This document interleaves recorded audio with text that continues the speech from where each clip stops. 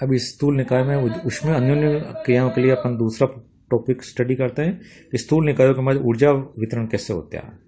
इन दो निकायों के बीच ऊर्जा वितरण को अध्ययन करने के लिए माना कि दो निकाय ए व ए डैश में ऊर्जा के क्रमशः मान ई व ई डैश हो, तो सुविधा की दृष्टि से ए की ऊर्जा ई को ऊर्जा अल्पांश डेल्टा ई से अंतराल में विभाजित कर दें, तो इन ऊर्जा अंतराल के का परिमाण इतना होना चाहिए कि इस अंतराल में कई ऊर्जा स्तर या सूक्ष्म अवस्थाएं आ जाए। अब यदि दोनों निकाय परस्पर ऊष्माधीन नहीं है तो ऊर्जा का विनिमय हो सकता है। यहाँ पर बाह्य प्राचल नियत रहे तो इनके मध्य केवल ऊष्मा का विनिमय होगा।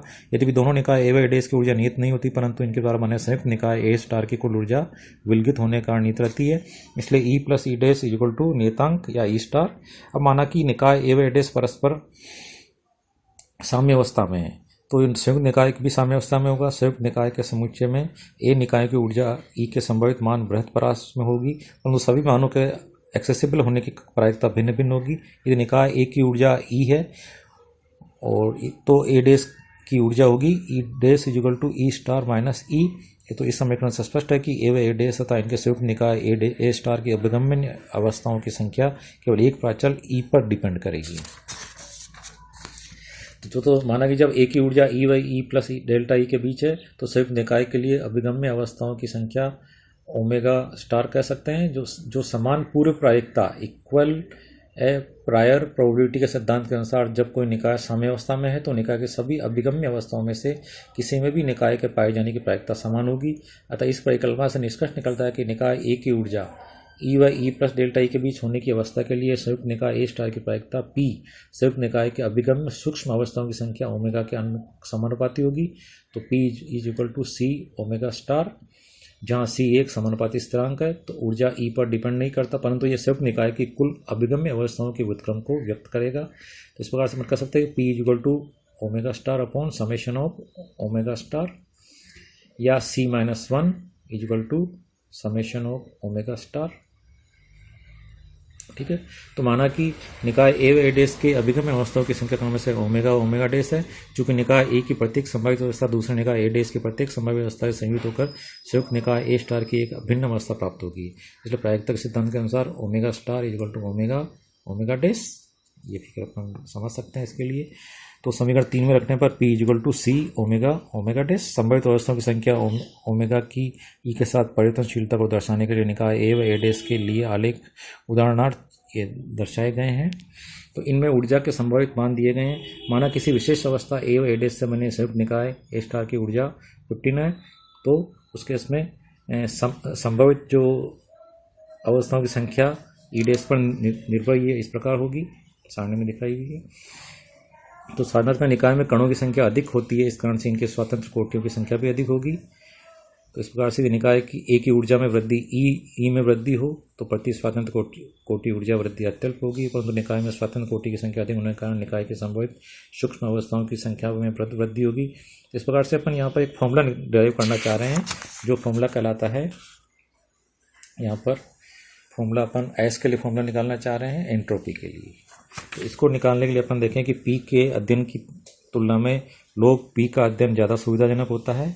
तो चूंकि log पी का फलन मंद रूप से परिवर्तित फलक होता है, इसलिए समीकरण के दोनों समीकरण जो 5 अपन ने डिराइव किया था अभी पहले, P equal to C omega omega dash, तो इसके दोनों ओर का लोगरिथम ले लें तो log P equal to log C plus log omega plus log omega dash. चित्र 1.43 से अपन देखें कि ई इक्वल टू ई बार पर P equal to P maximum होता है, तो उस केस में अपने को delta upon delta E log P equal to 1 upon P ये फॉर्मूला मिल जाएगा। 7 समीकरण 6 का अवकलन करके 7 प्रतिबंध को युक्त करने पर अपने को इस प्रकार से मैथमेटिक्स से अपन करते जाएंगे तो अपने को इक्वेशन 8 मिल जाएगी। इक्वेशन 8 के साथ शो कर रही है delta by delta E log omega equal to delta by delta E dash log omega dash. इसलिए अधिकतम प्रायिकता की अवस्था में beta E bar E equal to beta dash की वैल्यू बराबर होगी, जहाँ बीटा और बीटा डैश की वैल्यू एक टेंगर इलेवन से दे सकते हैं। तो उसमें अन्योन्य क्रिया के समीकरण के साम्य अवस्था के लिए एक मौलिक संबंध है जो अधिकतम प्रायिकता की अवस्था में ऊर्जा का मान दर्शाता है। अब यहाँ पर अपन ताप को डिफाइन कर सकते हैं। तो समीकरण 10 जो है उससे प्राचल बीटा की विमा ऊर्जा के व्युत्क्रम के तुल्य आती है। इस कारण से बीटा के व्युत्क्रम को किसी धनात्मक नियतांक के रूप में शो कर सकते हैं, जिसकी विमा ऊर्जा की विमा के तुल्य होती है। बीटा और के परिमाण को स्वेच्छानुसार निम्न संबंध द्वारा चयनित किया जाता है। 1/बीटा इक्वल टू KT, जब विमा रहित प्राचल T ऊर्जा के परिमाण को K के गुणांकों के रूप में व्यक्त करता है। इस नए प्राचल को विचाराधीन निकाय का परम ताप एब्सोल्यूट टेम्परेचर कहते हैं तथा नियतांक K को बोल्ट्जमान कांस्टेंट कहते हैं। यहाँ एंट्रोपी डिफाइन कर सकते हैं समीकरण 10 व 12 से। ताप T को log ओमेगा के पदों में व्यक्त कर सकते हैं, तो 1/T इक्वल टू सोल्व करेंगे अपन, तो डेल्टा बाई डेल्टा E के log ऑफ ओमेगा मिल जाएगा। तो इससे 1/T इक्वल टू ये फॉर्मूला मिल जाएगा 13, या इससे 14 मिल जाएगा, यानी S equal to K log of omega. S को निकाय की एंट्रोपी कहते हैं। इस परिभाषा से S की विमा K यानी ऊर्जा की विमा के तुल्य आती है, यानी विचाराधीन निकाय के एंट्रोपी उसमें अभिगम में सूक्ष्म अवस्थाओं के log के परिमाण से दर्शाई जाती है। K log omega star equal to K log omega plus K log omega dash, तो S dash equal to S plus S dash मिलेगा अपने को इक्वेशन 15।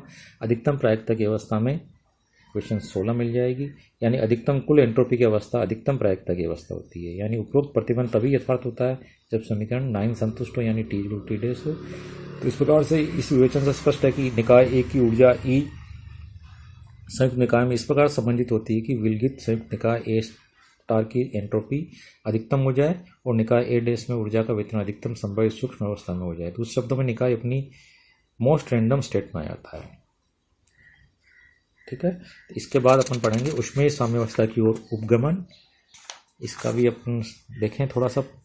तो पिछले खंड में अपन देखा कि निकाय A में ऊर्जा E की प्रायिकता ऊर्जा E इक्वल टू E बार पर मैक्सिमम होती है, यानी साम्यावस्था निकाय के ऊर्जा के तथा दूसरे निकाय की ऊर्जा E स्टार माइनस E के अप्रोक्सीमेट होती है। तो उसमें संपर्क में थर्मल कॉन्ट्रैक्ट की स्थिति निकायों की माध्य ऊर्जाएं बराबर होनी चाहिए। तो इस तरह इक्वेशन 1 दे सकते हैं। ऐसी अवस्था विचार करते हैं जिन निकाय की प्रारंभ में अलग अलग अवस्थाएं और परस्पर विलगित है, इनकी माध्य ऊर्जाएं ये हो, तो अपने को इक्वेशन 2 मिल जाएगी। आप स्टडी करें, बुक में सब लिखा हुआ है, मैं इसको आपको PDF पे भेजूंगा। तो beta equal to beta dash मिल जाएगा अपने को इक्वेशन 3।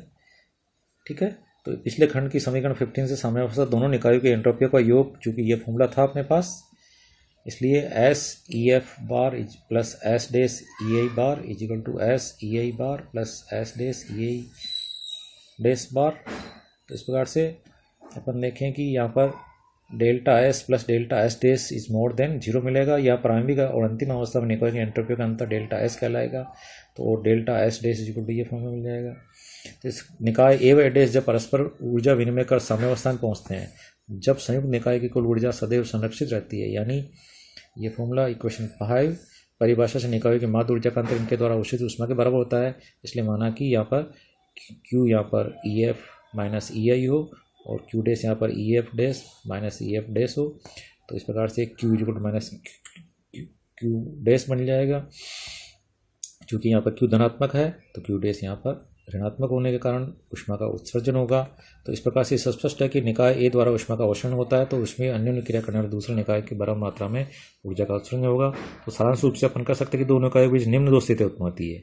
यदि उसमें अन्य क्रिया द्वारा निकाय की प्रारंभिक माध्य ऊर्जा इस प्रकार की वो प्रतिबंध बीटा इक्वल टू बीटा को संतुष्ट करती हैं, तब EI equal to E average होता है। इस स्थिति में प्रायिकता एंट्रोपी दोनों मैक्सिमम होती है। दूसरे शब्दों में निकाय परस्पर साम्यावस्था में होते हैं।